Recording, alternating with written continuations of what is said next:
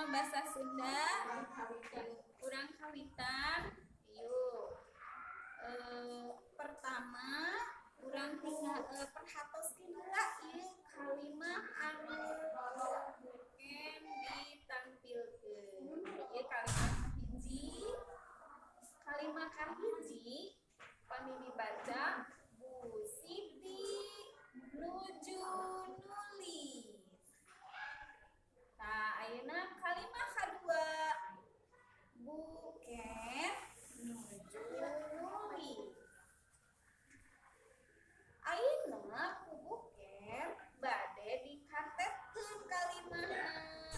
Kalau dalam bahasa Indonesia sama Bu Ken kalimat kedua ini akan Bu Ken satukan.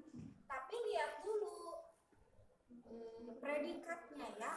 Predikatnya sama, kegiatannya sama. Yang bedanya adalah subjeknya.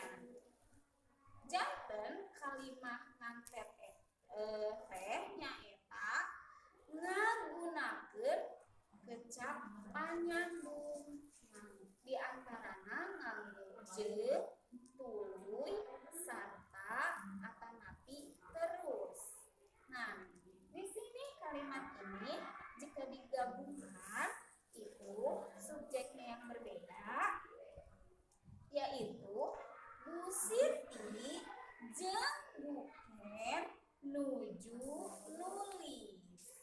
Nah, kalau di dalam bahasa Indonesia Bu Siti dan Bu Ken sedang menulis.